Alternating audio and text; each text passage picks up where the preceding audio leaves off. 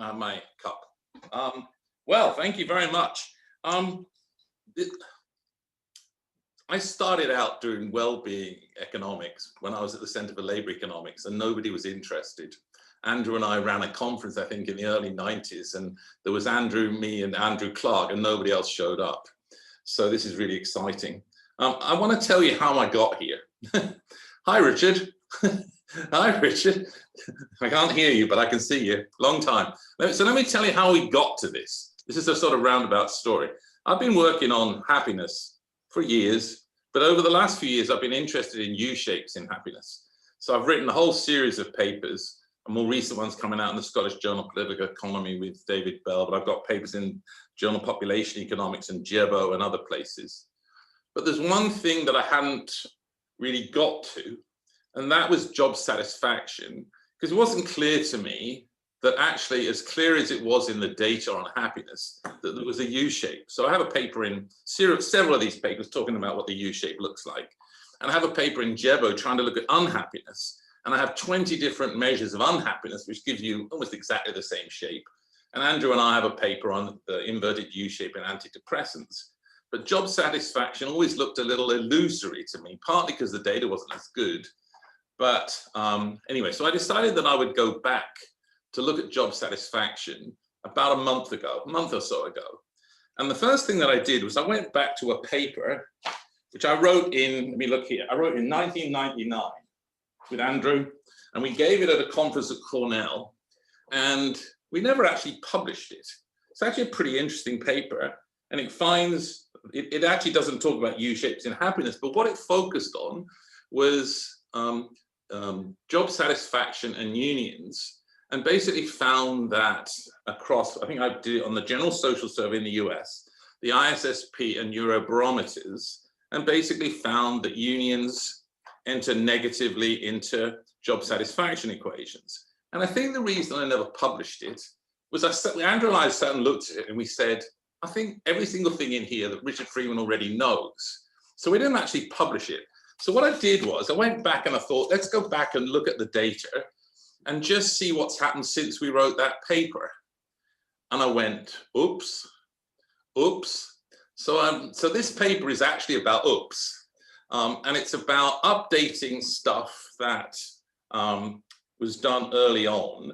And now we have about half a dozen papers. And actually, this is actually, and we're going to talk about this in a second. This is actually back to original papers essentially by Richard Freeman. And there are lots of papers by Alex Bryson and lots of other people that find this exact result. And we're going to show you that that result has now gone away. And I'm going to explain how we get there. And I think this is a really crucial central result. Having taught labor economics, industrial relations years ago, I mean, I did a PhD on unions and on union wage diffs. And Alex and I have written lots of papers on that. So let's just set this up and then we'll show you where we're going. I think there are three facts that we always knew. We always knew that unions raised wages, and there was a union non-union wage differential. My PhD thesis was on it, and I think Alex and I have got half a dozen papers on it. And it was central to Richard Freeman's book, What the Unions Do. The second thing, and I'm going to show you actually on the slides, if I can get my slide to go.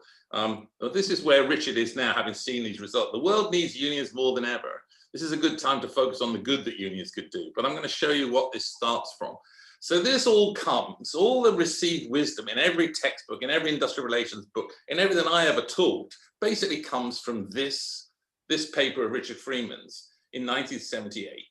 And this is a paper in the AR, and this is the bit that everybody knows, which is that unions raise wages, but he used the Michigan PSID and the NLS older male sample and shows that because of that, unions quit less. So the quits equation, and there's not many people who've written literature on quits equations because it's very hard to separate a quit from a layoff.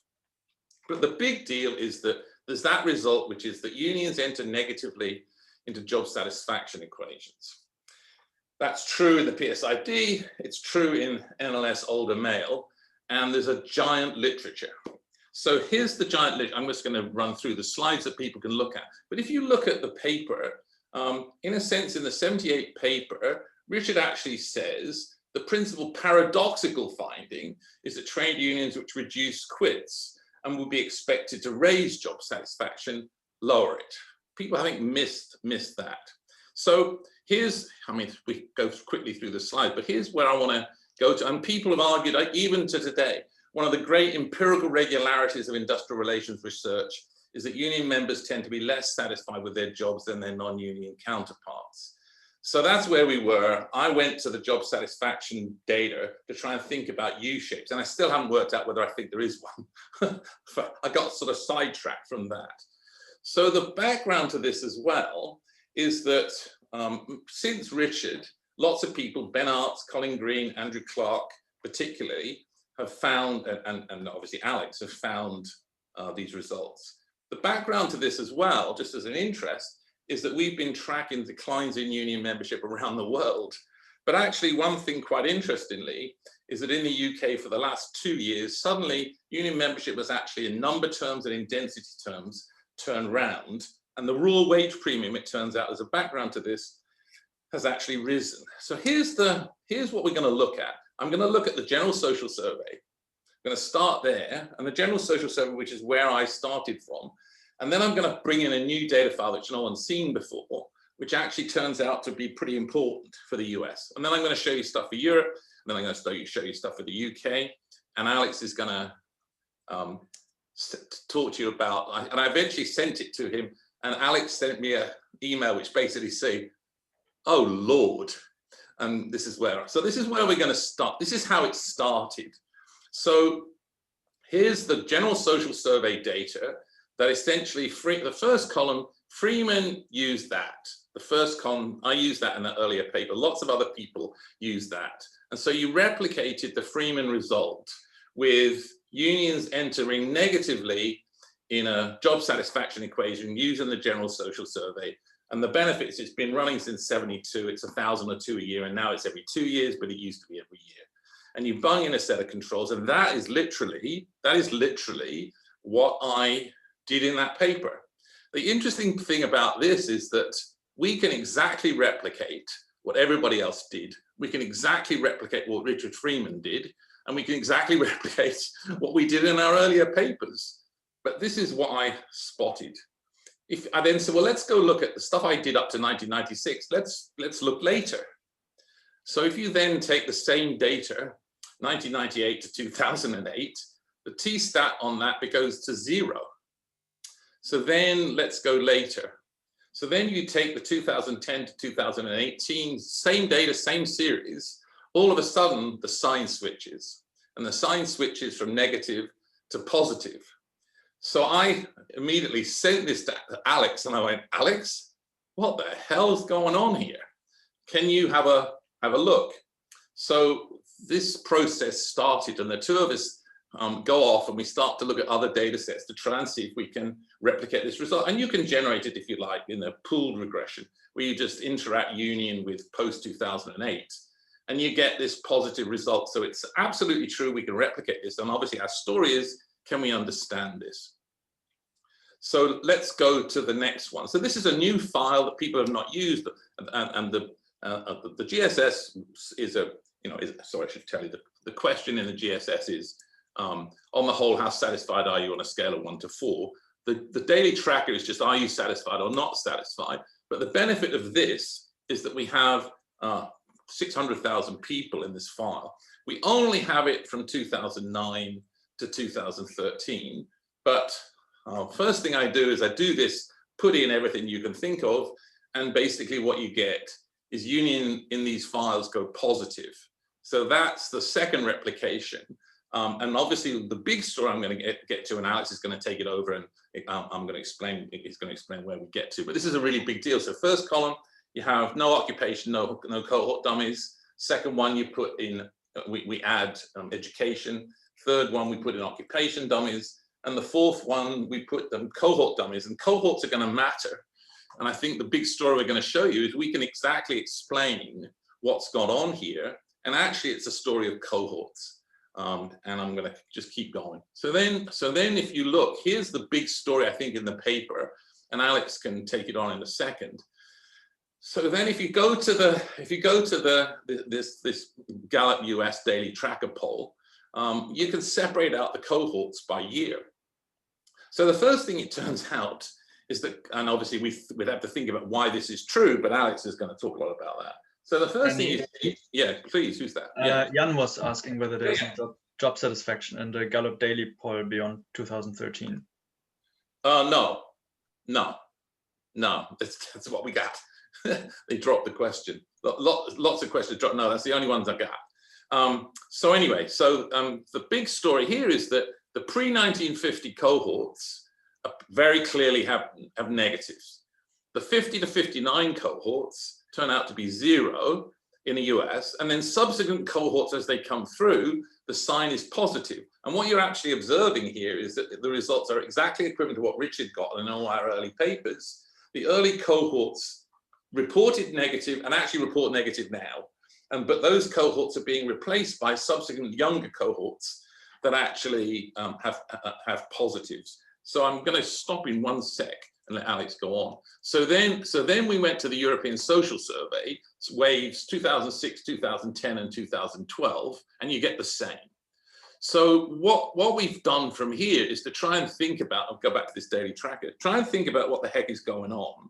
So Alex, we then started to talk to other people, Ben Arts, Colin Green, Andrew Clark, Richard Freeman, and others. And basically everybody suddenly was sending us back emails going, oh God, the sign's changed. And so we now have about half a dozen papers coming out on this. We have a paper coming out in the Vox. Actually, lead author is Richard Freeman, basically agreeing that the sign has changed. And then we have papers coming with Arts and Colin Green and Andrew Clark, all the people who've found negatives, actually now arguing that now the sign has changed to positive. And Alex and I are in the midst of a new one, going back, looking at the NCDS. And the NCDS cohort is interesting because this is the last cohort, we think, that actually is the negative. And so we've been looking at job satisfaction and unionization in the 1958 cohort, and they look exactly like Freeman said. They're all negatives, but this cohort is being replaced by new cohorts. So Alex got this stuff from me, and I said, oh God, Alex, the bloody sign's changed. Da-dun, da-dun. So Alex comes in now. Thanks. See, that's got 15 minutes. And hang on, I've got my Joe Biden mug. So did you want to just carry on pressing the screen, or do you want to? Oh, yeah, I'll do that. Okay. So, I mean, I think the first important point here is to not overclaim on what we've done. Danny's absolutely right. We're looking at a partial correlation between union status and job satisfaction over time, but we're taking time very seriously, both in terms of real time and in terms of birth cohorts. And so Danny's obviously revealed this key finding that the birth cohort really, really matters. Remember, just something he quickly glossed over, you would have been born back in the 50s, you're in Richard Freeman's cohort, you're a negative in job satisfaction back then when Richard was running the numbers in the early 80s. Guess what? You're still a negative now. Absolutely. Still a negative now. So we should say the 1958 cohort, we've been running when they're 55 in 2013, and they're negatives. They're negatives. Now, the point is, we can't really truly explain this. We're pointing to some empirical regularities. We start, as Danny rightly said, trying to replicate an old empirical regularity, and we find that the partial correlation is flipped. And then we're starting to uncover new, what perhaps one day will become empirical regularities around the role of cohort, for example.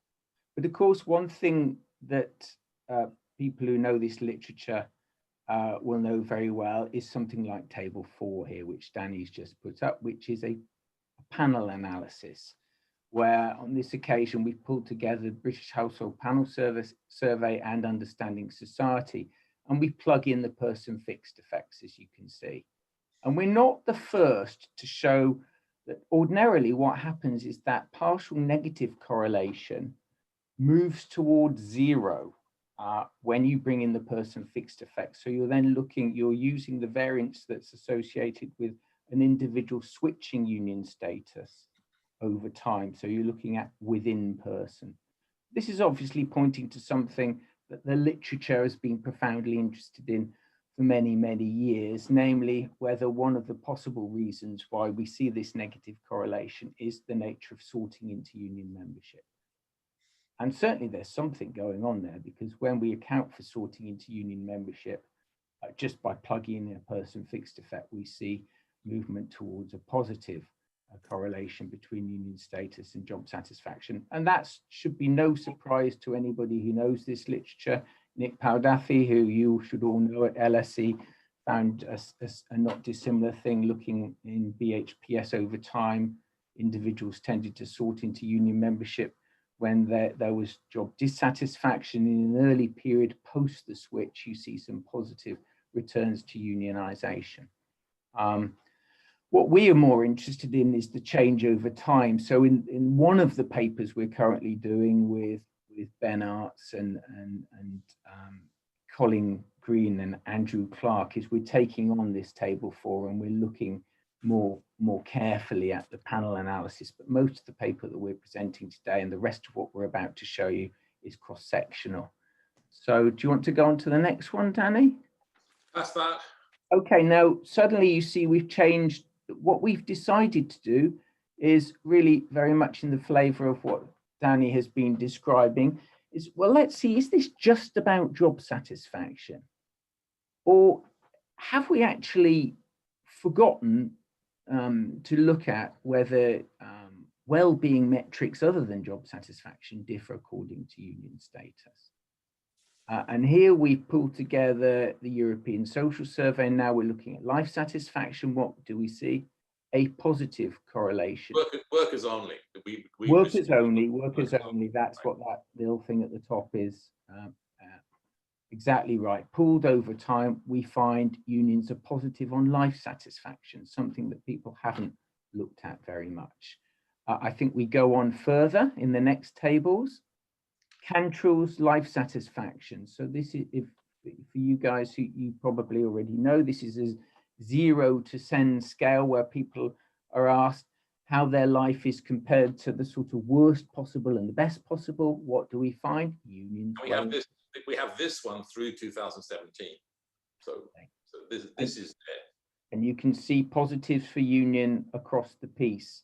And those are T statistics in parentheses. So the one on the end doesn't have a number positive one, but it is positive. And basically whatever you throw at it, including the cohort dummies, you find this positive correlation. Notice as well, I should emphasize one of Danny's key features is he likes large N's. You can see we've got nearly 1 million here. And that's one of the great things about the Gallup data. So we're looking at partial correlations a lot of the time, but we're often looking at them in big N samples. Alex, can I just quickly come in? Quick clarifying question, because Danny, I mean, I'm the one who raised the question about the Gallup Daily Poll. I take that job satisfaction is only available till 2013, but the Cantrell life satisfaction, the Cantrell ladder, is or should be available, as far as I can tell, until... It's through 2017, I said that. Yeah. I know, but it's actually available till summer 2019 when it stopped. Yeah, but when you get to 18 and 19, they're little small samples. I see. But you can add them. They're like 60,000. But yeah, you can. I haven't added it, but they didn't get the money to field the whole thing in 18 and 19. So yeah, you can add them. But I mean, I've taken the big year. But yeah, there's 18 and 19. Yep. But it doesn't alter anything. But I agree. Perhaps we should do that. Maybe I should add the small. I'm just worried the later ones are just not representative of the earlier ones. That's all. But yeah, I can add them. And so the next slide is an interesting surprise as well, because here we've got the birth cohort idea, but this time with life satisfaction as the dependent variable. And you can see a sort of not dissimilar result here. You can see an increase in the positive coefficient associated with union membership over time. So it looks like this positive well-being thing that's occurring is there not just for job satisfaction, but for life satisfaction. Of course, we got the big question, I think we'll talk about it at the end of it. Why might this be? Are unions doing something different than they were before? Or perhaps the nature of sorting into union membership has changed over time. On that last point, if you want to know more about it, one of the papers that Danny and I have just done is on sorting into unionization over time. We show that it's a hump shape in age, but the critical thing there, remember, is that the cohorts of workers entering union membership are falling. You're less likely to be a union member in more recent birth cohorts than you were in old ones. So one thing that we do know for sure is that for a given birth cohort, as time moves on, union membership is falling. Okay, so we've done that. What else have we got, Danny? Can I just talk about this one? So yeah. I gave this seminar last week. I gave this paper for the first time last week at the University of Chicago NORC seminar, the guys who run the GSS. And I said, we haven't really seen this before. And some smart guy in the back put his hand up and said, but there is a paper that does find that. And I said, well, what paper is that? And he said, it's by you, which doesn't often happen. And actually, Andrew and I have this paper called What Makes an Entrepreneur.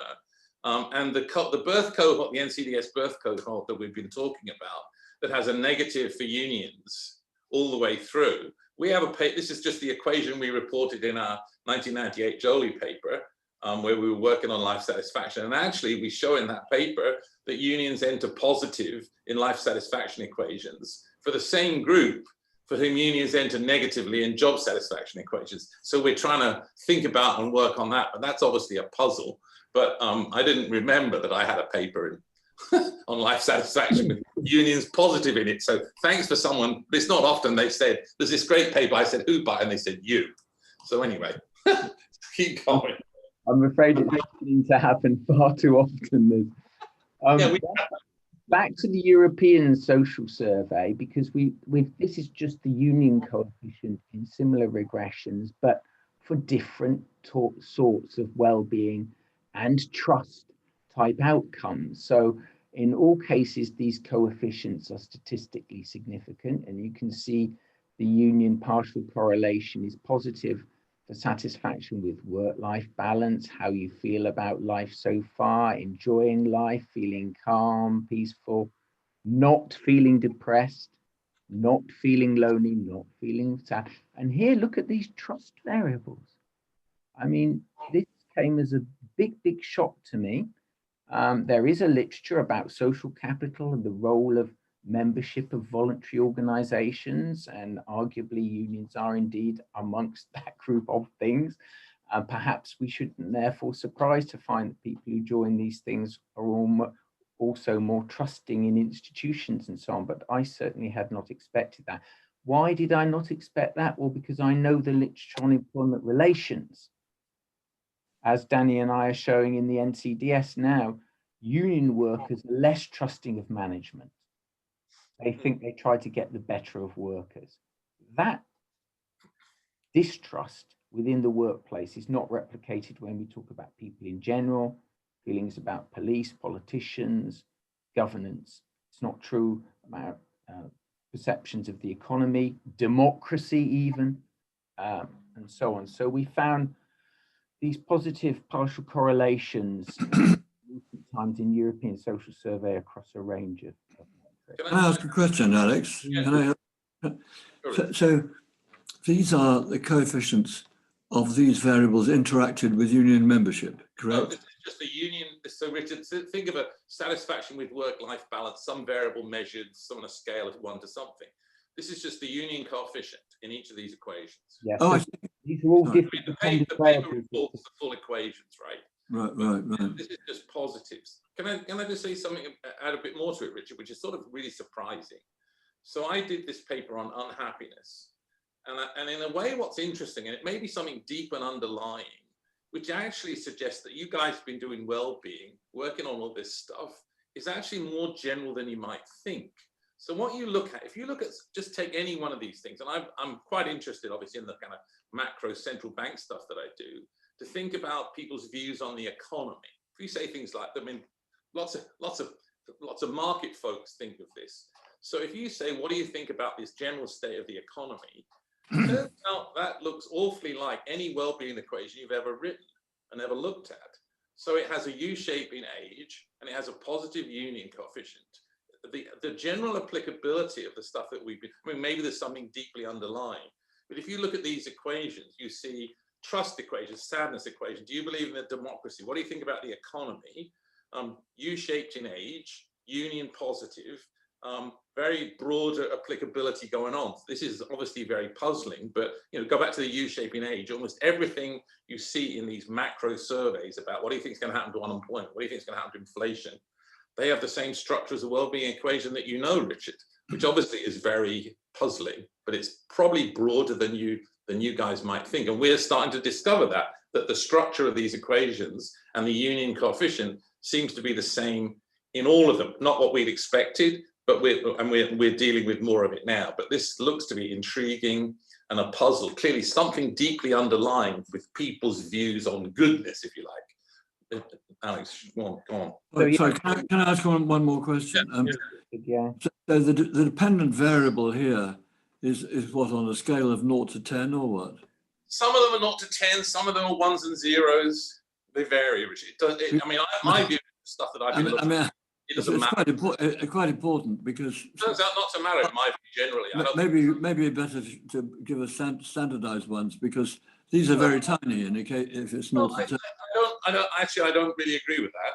I think my view of first order, all the papers that I've done, first order, it doesn't matter how you measure it, doesn't matter what scale it's on, as long as you've got enough data, it basically looks the same. That would be my first order view.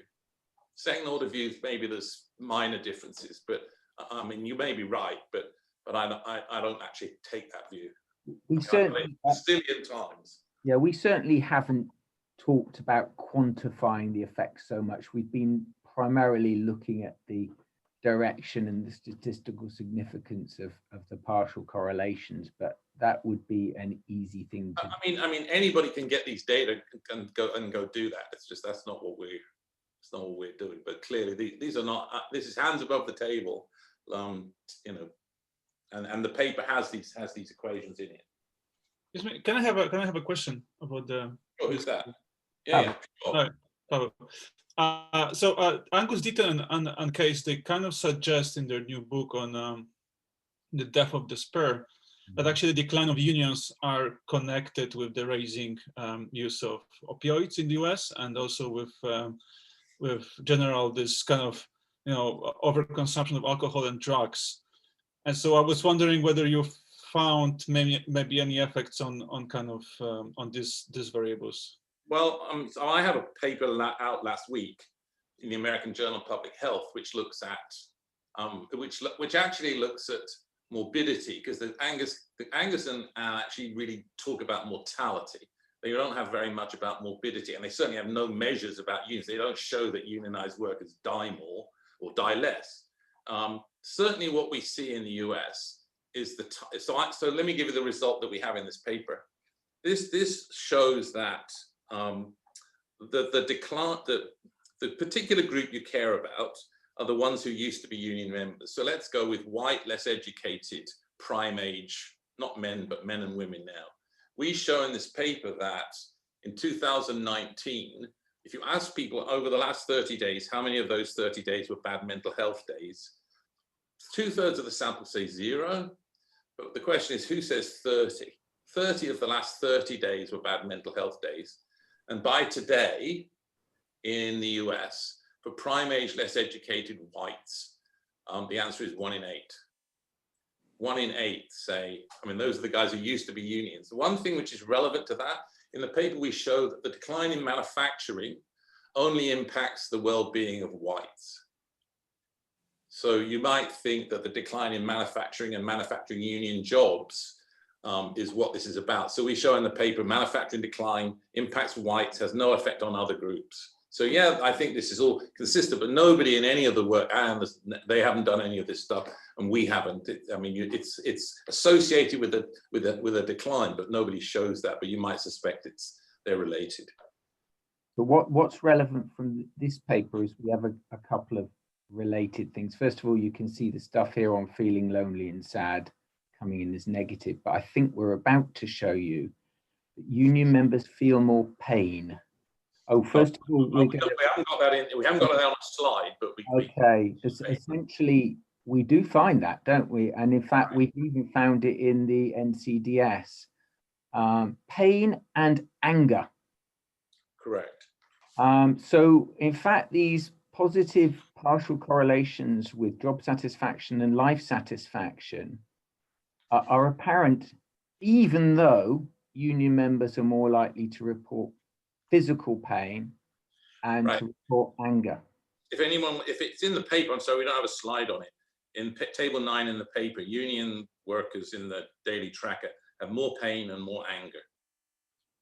Yeah, and we find that if you plug those in, the job satisfaction partial correlations get even bigger. Of course they will, because the union members are expressing both pain, anger, but higher life satisfaction, less likely to be depressed. And so coming back to your point, it's a slightly complicated picture that needs a little bit of unraveling, arguably.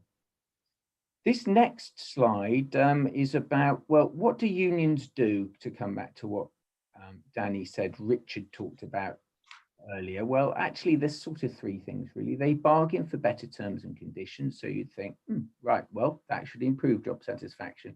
Other than that, you've got to remember the fact that unions tend to inhabit workplaces that are bad, because that's what triggers demand for unionization. The second thing is they provide voice. So Richard's voice perspective, and of course that's what leads to the Hirschman exit voice loyalty model, and that's why we see a high stock of dissatisfied workers in the union establishment normally. But the third thing is insurance, and insurance against what? Well, it can be arbitrary behaviour on the part of the employer, but it also can be about job loss. And here what we find is that in the old days, before 2000, union members were more likely than observationally equivalent non-members to fear job loss. That changed in and around the 2000s. That old positive correlation died away. So we've been wondering, as a result of that, whether in fact the insurance component of the union good might be delivering some of these utility benefits, as indicated by the well-being metrics more recently for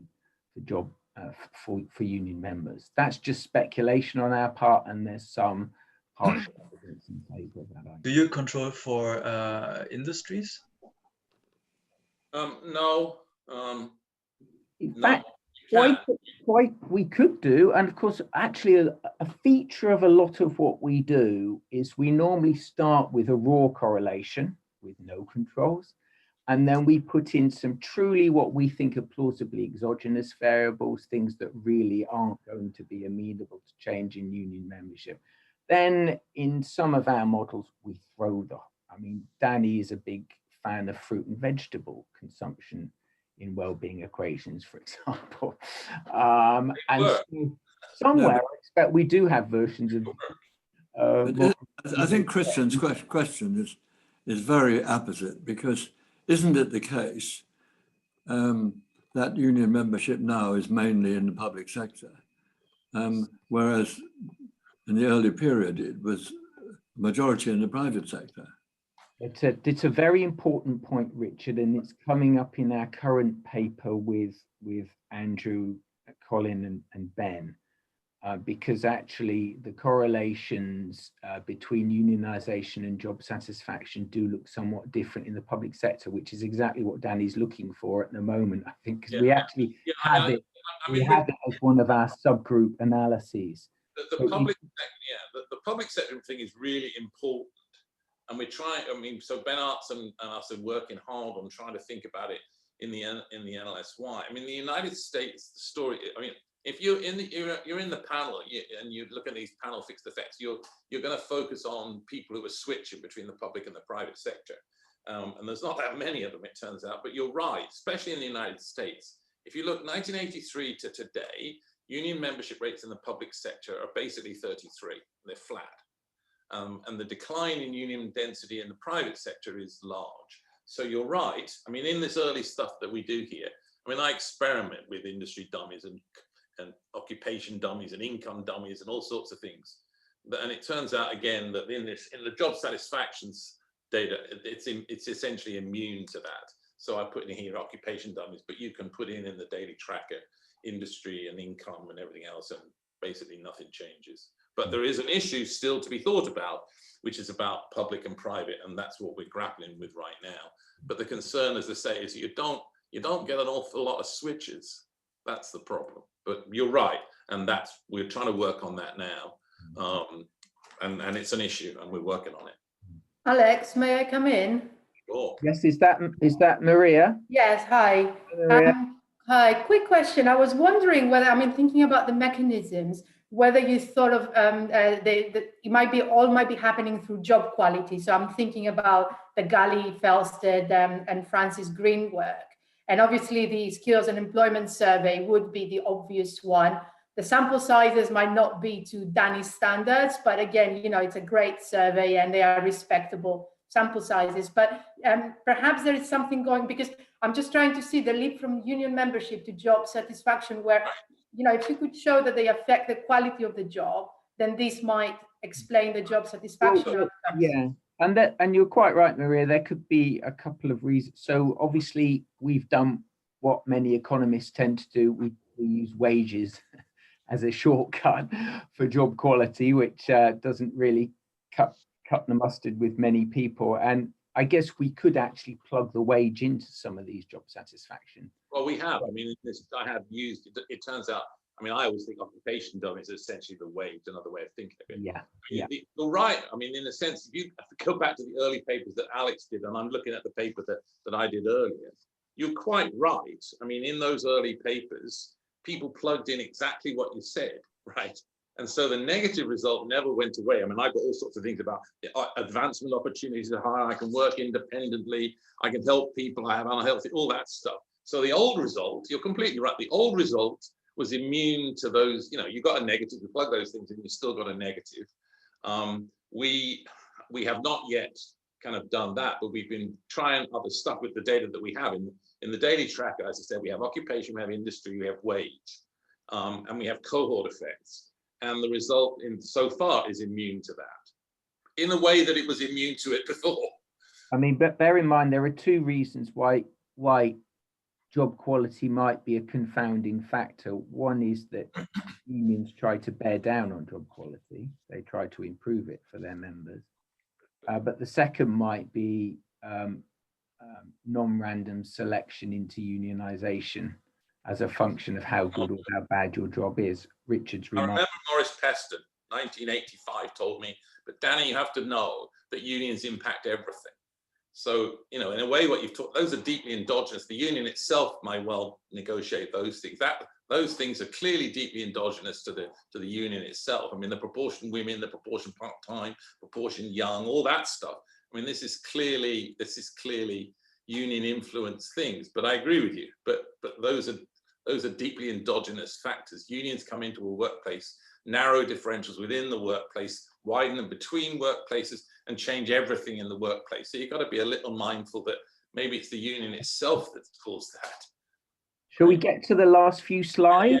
Can I have a quick question about this comparison between specification with and without the personal fixed effects? So I was thinking, could it perhaps relate it to some kind of regression to the mean? So people join unions when they are particularly low in their satisfaction. That's why Nick Powdaffy's already done that paper, and in fact me and Michael White did a paper in Oxford Economic Papers very recently where we tried to actually look at different sorts of switches as well, within job, across firm, to really try and unpick what was going on.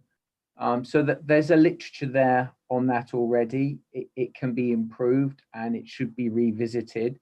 The main focus of this current paper, however, was just starting really and finishing, although I've shown some panel stuff, with cross-sectional data and the partial correlation. Why? Because Richard found something back in X And now we found something different. So the thing we should add to it is that the new paper with Ben Arts, same thing applies, sent to Ben Arts, has all these negative stuff. And actually now we have both the 79 and the 90 NLSY has exactly the same result that we have here. And that's obviously what we're working on. The German socioeconomic panel's a little harder, which Clark is using.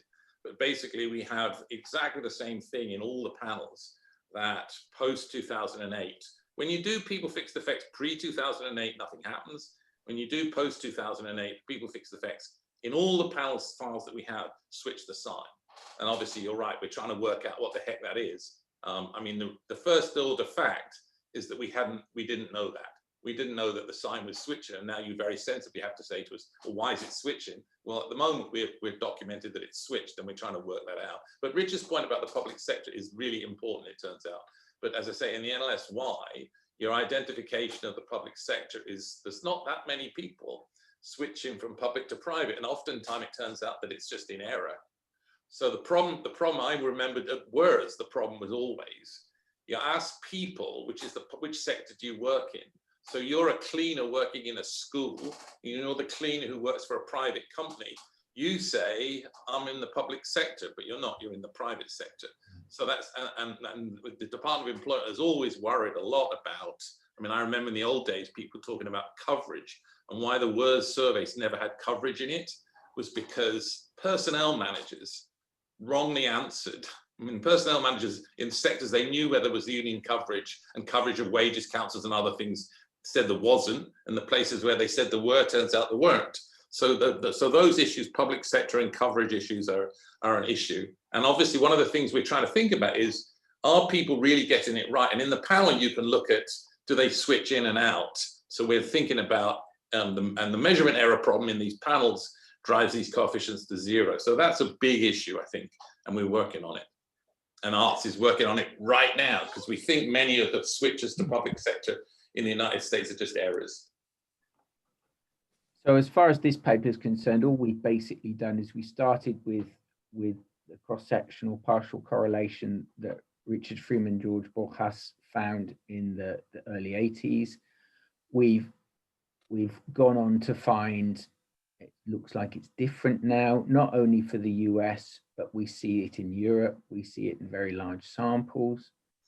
We find that some of this appears to be about birth cohort, so it's not just about cross-sectional time change. Something about birth cohort has been going on here, which we haven't been able to explain yet.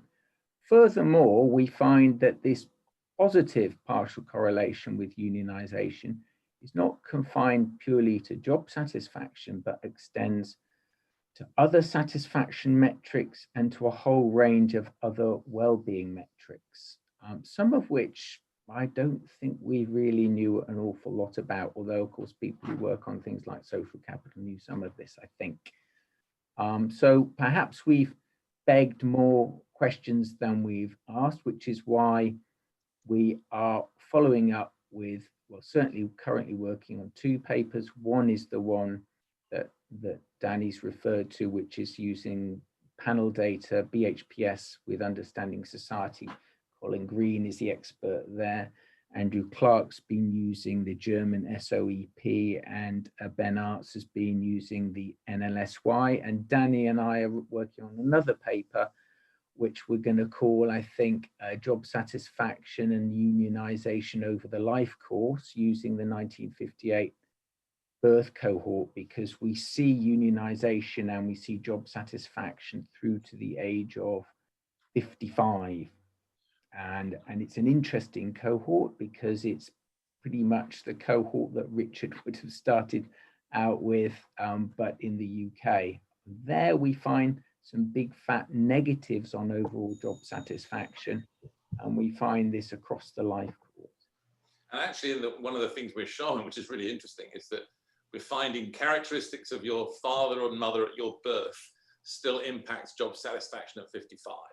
So that's really pretty amazing stuff. Can I just finish with one thing? So the last paper, which actually is due out any day now, is actually a paper with Richard Freeman. So this is obviously a paper that starts out and says, we all knew what Freeman did, and the whole literature has Freeman in it. And Freeman found a negative. So we go to Richard, And Richard says, this is really cool. I really like this. He said, this quote, we sent the paper to him, and he says, this is great. The world needs unions. This shows world needs unions more than ever. This is a good time to focus on the good that unions could do. So we have a paper basically summarizing this work with a lead author, Richard Freeman. So you criticize somebody who ends up writing the Vox article, and he's the lead author on it. And in a way, what's interesting, if suddenly workers think unions are good, so Will Hutton will like this, suddenly Richard thinks this is the first bit of good news we've seen for workers in a really long time.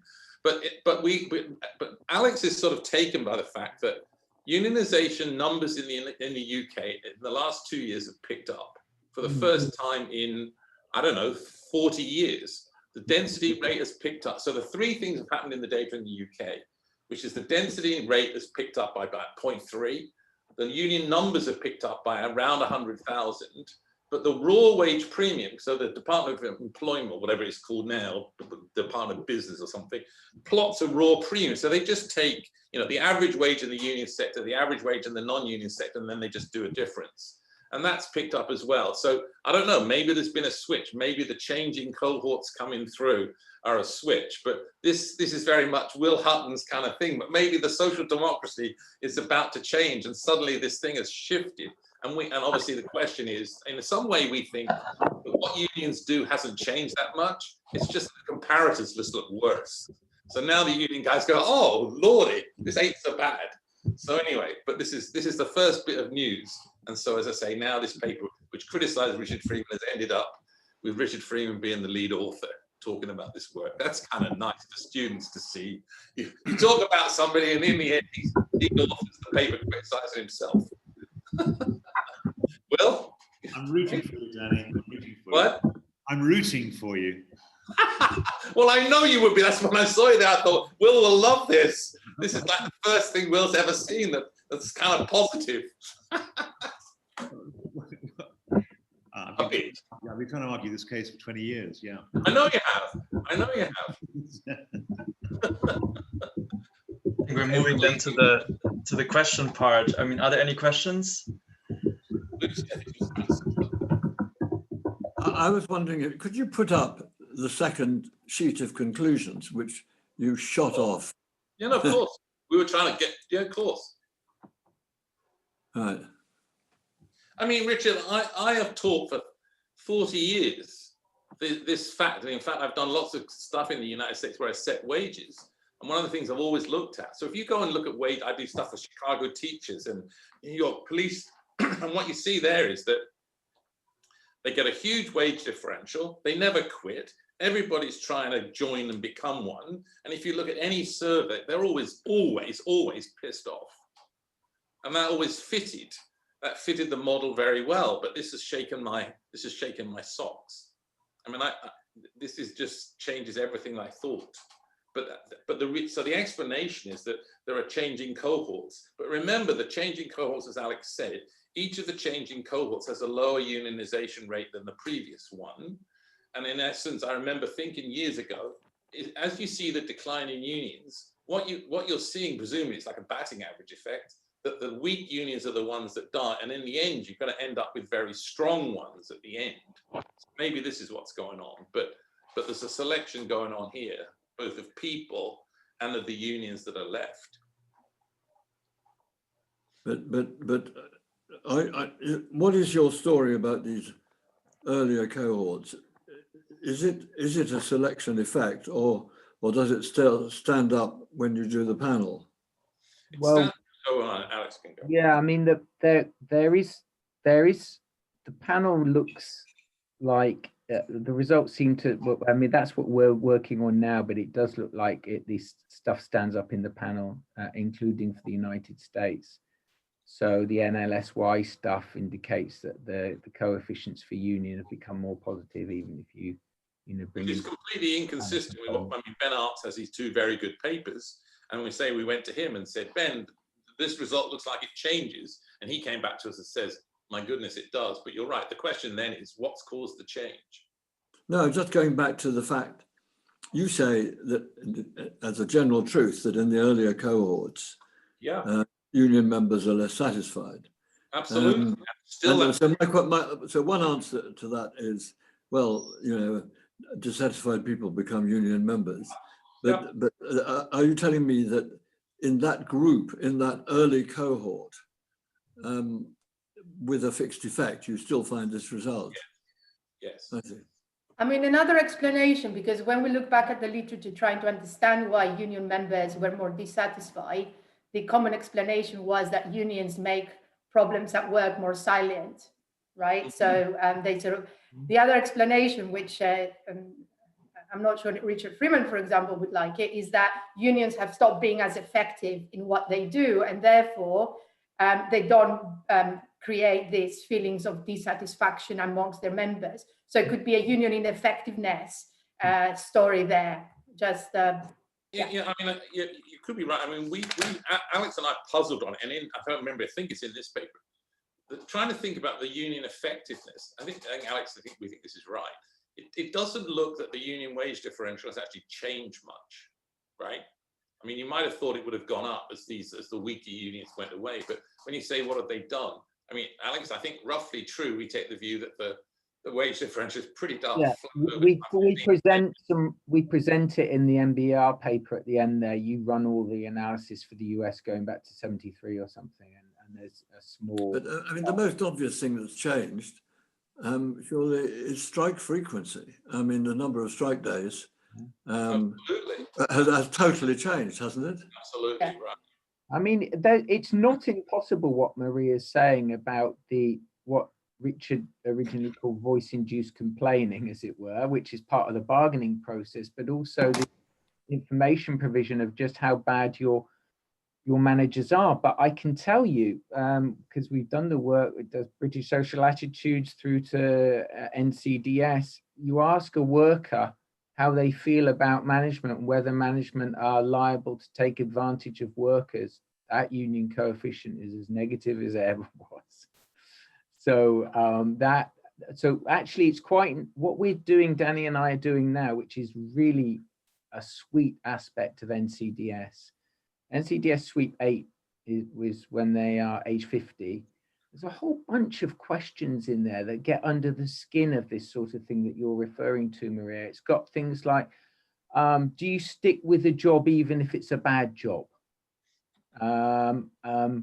Do you feel management always take advantage of workers? Those questions are in the NCDS, so we're actually going to be showing them alongside these job satisfaction equations in a sort of qualitative way of trying to tease out what might be going on behind the scenes, if you see what I mean. Can I go back to Richard? Just one thing. The issue about strikes in the US is actually quite interesting. I spent a lot of time trying to negotiate in these wage contracts. And what's happened, the reason in many senses why strikes have gone is actually it's very hard to negotiate a wage contract. Let me explain, because strikes in America occur at the expiration of contracts. Many of the contracts that I'm actually involved in negotiating, the employer's strategy is to extend the contract as far as possible. And the reason is that the union wants the employer to negotiate a 3-year contract forward, despite the fact that the employer doesn't know what the health benefit costs will be. So a lot of the times what we're actually seeing is that the employer's dragging out the contract and it will actually sign a contract once it's completed, because then it can work out. So actually they're dragging out contracts as long as they possibly can, because they won't, you can't sign a 3-year deal with a union which says you can work out pension, you can work out wages, you can work out a gun allowance, but you can't buy a 3-year contract forward in healthcare. So that's had a big impact on contracts, on the length of contracts, and whether employers will negotiate. And then until the thing expires, you can't have a strike. So you're right, strikes are down, but the signing of 3-year contracts because of the rising cost of healthcare is a big deal in the United States. And there's very fewer NLRB elections and stuff because employers are will not, I mean, they'll offer something which is like, we'll give you X per year, and the union won't take it. Anyway, sorry, go back. So I interrupted someone. I was just thinking that maybe union members simply answer surveys differently. You know, that, you know, the way you answer your job satisfaction question sort of, or your reporting function is a function of your membership. You're voicing it differently. But I think you look at so many outcomes, also like life satisfaction and experiential stuff that is sort of is You can't say that. A lot of the work that Alex and I have both done actually is we've looked, one of the big things about WERS is you can actually work out what employers say, and you can also work about what workers say, and then you can look at disagreements and stuff. But I don't think it's just that, because so many different ways we ask it, so many different surveys we have it in. We have it in the US, we have it in lots of surveys in the UK. So the very fact that the thing remains so constant, I take as, I don't think there's anyone sort of argued. I mean, there is an issue. I mean, I said it before. There is an issue about when you say things like, what union do you belong to? Workers don't actually know. Fred's union. On the job satisfaction thing, I think you're right, Chris, that essentially we wouldn't expect to see this shift over time. Right. If it was just a stable difference in the way you rate your well-being on a satisfaction metric between unionization and not unionization, that's stable, then we wouldn't expect to see that switch in that partial correlation. And secondly, that's why we wanted to bring in this multiplicity of well-being metrics which aren't reliant on reference points in the standard way. They're sort of more absolutist in a sense, you know? And we've been working on all kinds of other outcomes. I mean, go back to the thing where Richard was talking about, with all these multiple outcomes.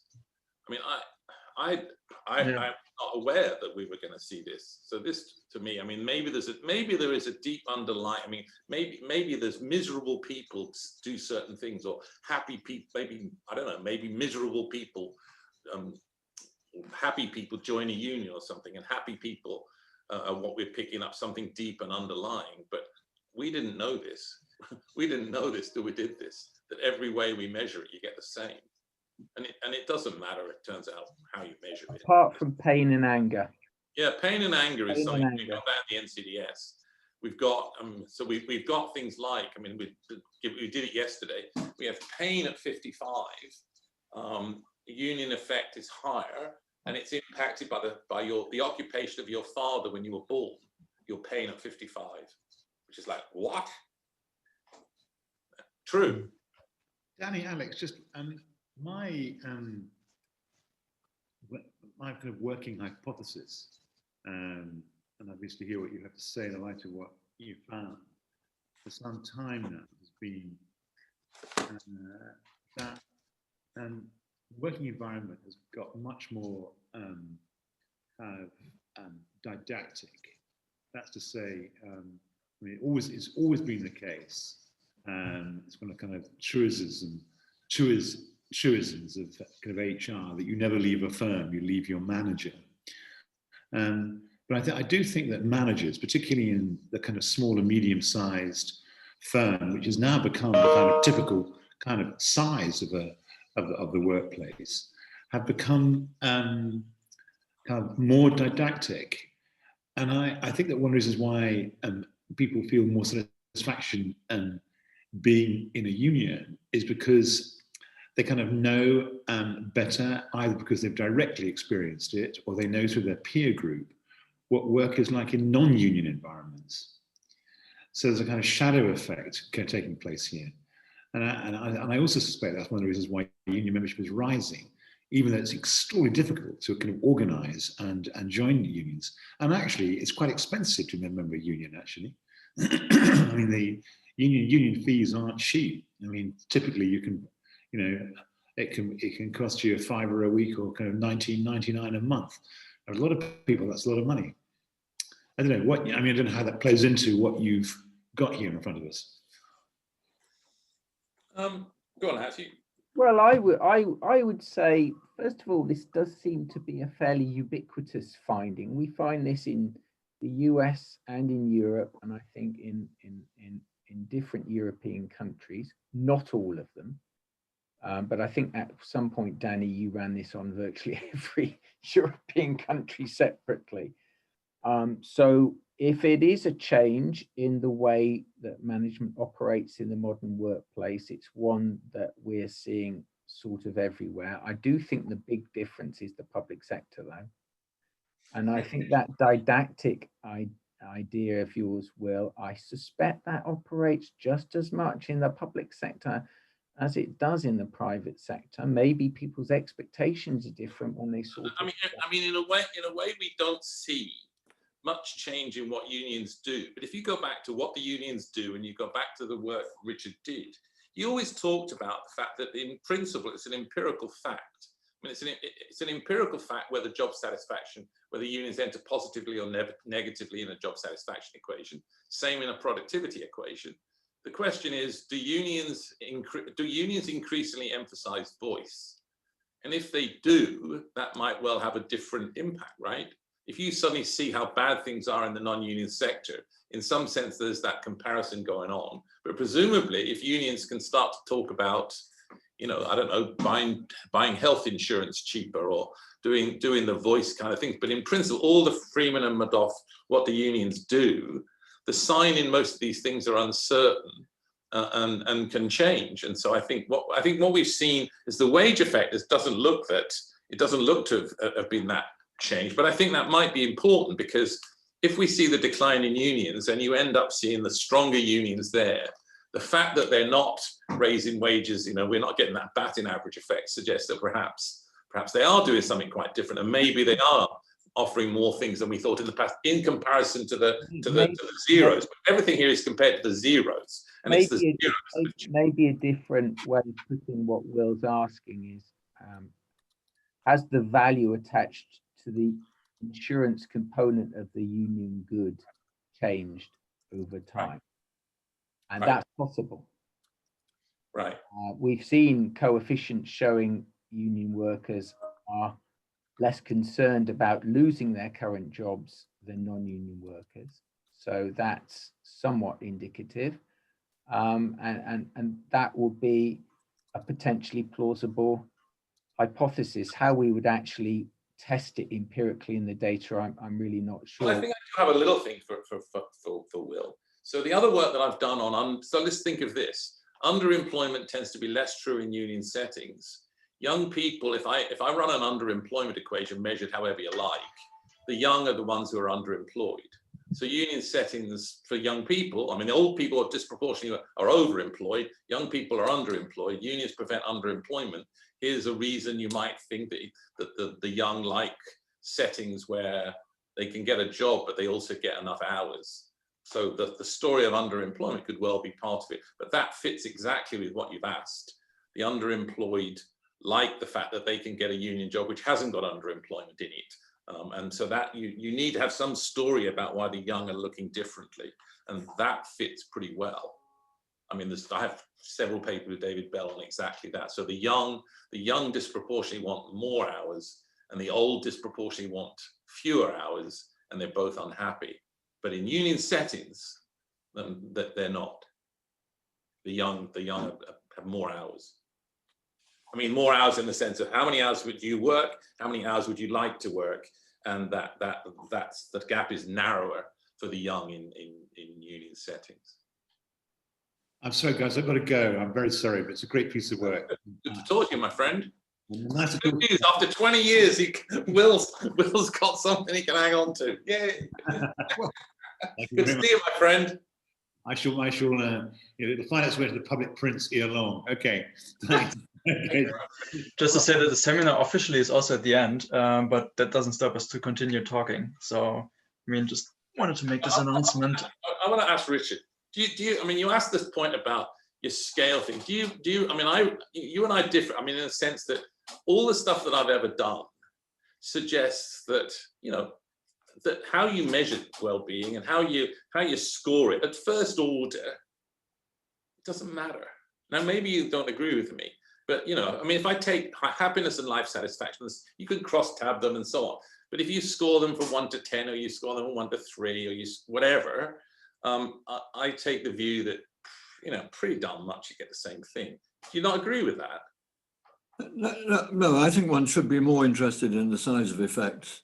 No, I agree with that in their significance. So I didn't. I'm not saying I didn't agree. I didn't say that on that point. I wasn't just. But then when you're looking at. I wasn't saying that, Richard. I wasn't saying. Let me just finish. You asked me if I agreed. Yeah. When you're looking at the size of an effect, I mean, you need to know the units in which the effect is being measured, or you stand it one or the other. Well, that's fine. I'm saying that the significance is similar and the size of the effects. I agree that perhaps we should give you a clue as to the size of the effects. That's fine. That's a completely sensible point. I agree with that. So a lot of the times, Richard, what we've done. So let me give you an example. So I've been working with Carol and arguing with psychologists about the size of the effect on the U-shape. A lot of psychologists have argued that the size of the drop between being young and the low point is trivial. So you're right. The question is that true or not? And so we've been working a lot on that. So it turns out that let's try and scale how big an effect is. It turns out that the drop is about half the drop in happiness that has happened during the pandemic. And it's about the same as somebody going from being married to widowed. And it's about the same as going from being employed to being unemployed, and about the same as people who haven't got cancer compared to people who have got cancer. So, that's that. So obviously the issue is the drop in happiness trivial or not? I think the way to do it is to compare it to other kind of life events. I'm not sure how you do it, but that seems to me to be non-trivial. Yeah, that's good.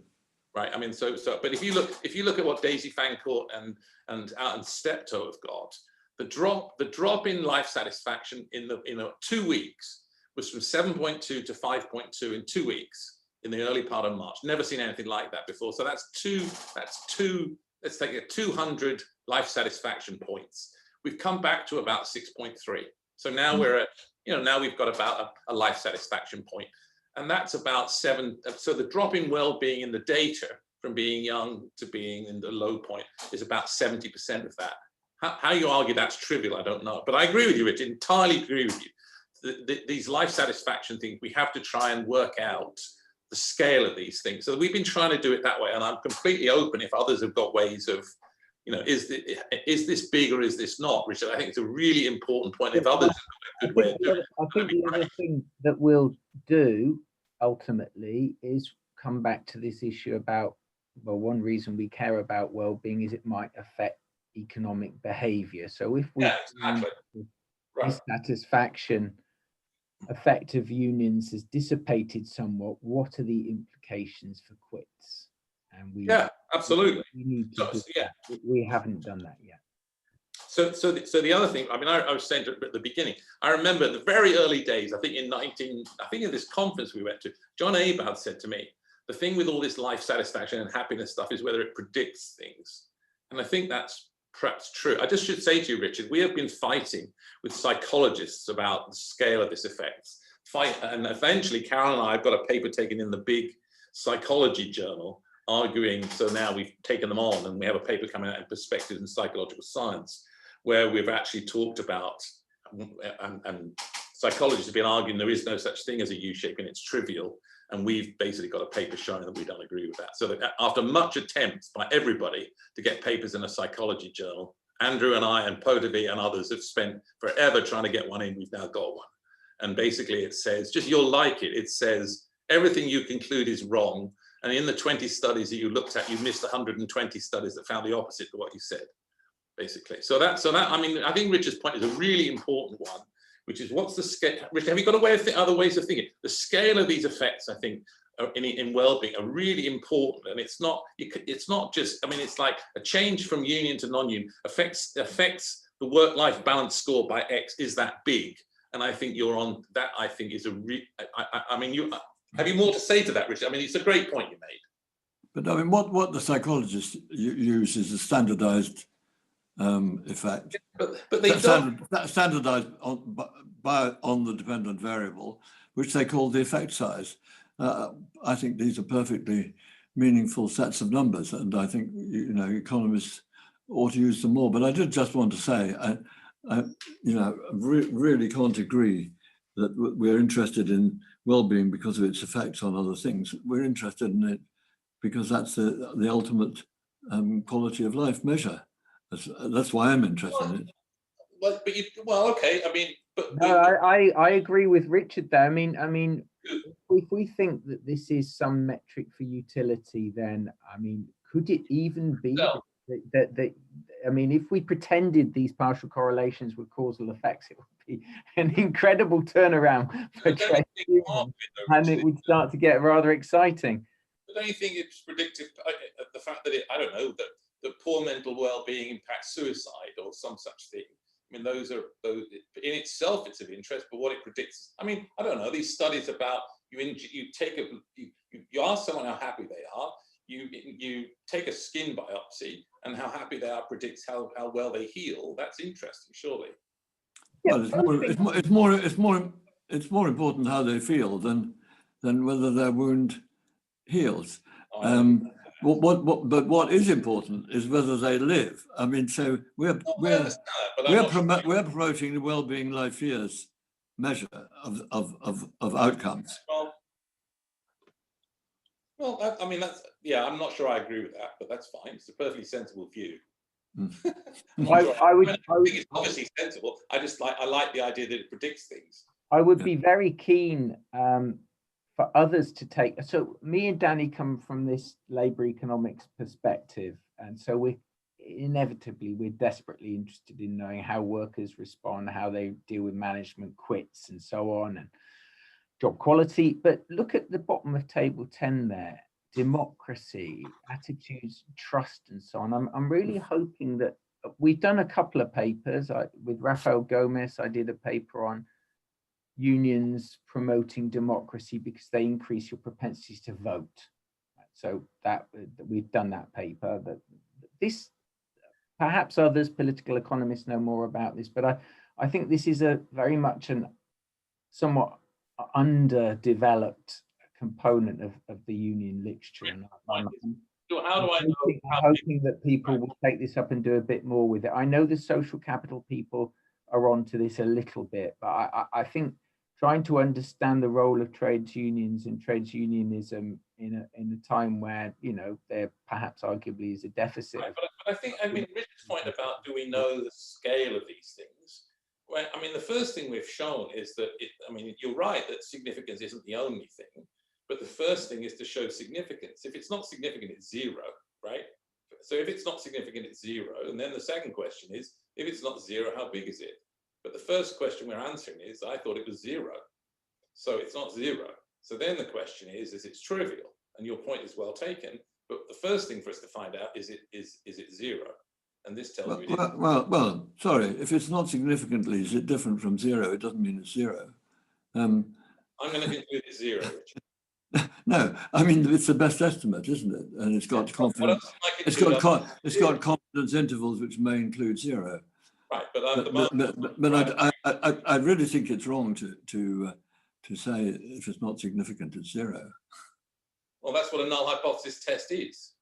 Yeah, I know, but why test that one? We can test lots of hypotheses. You can test whatever you like. These are the ones I tested. Why not just take? No, but I'm rather serious about this. We should take the best estimate with it and then give its confidence intervals. That's the way we should think. Absolutely. And that's what the medical journals all do. Absolutely. So American Journal of Public Health, they spent a week having to take the T statistics and write in confidence intervals. I agree. That's what the medical journals do. I agree with that. Absolutely. I think that's one of the strengths of our current approach is we do tend to insist on reasonable sample sizes as well. And everything is different from everything else when you have that. I mean, that's true. So what would you like to know? I mean, let's think of the democracy one. You'd like to know how big this size effect is compared to other things. But what are the other things? I mean, you're right, but we've tended in the happiness stuff, we've tended to let's look at the difference compared to big life events. That seems a reasonable thing to do. Think of major life events. Take the major life events like the coming of a pandemic or something.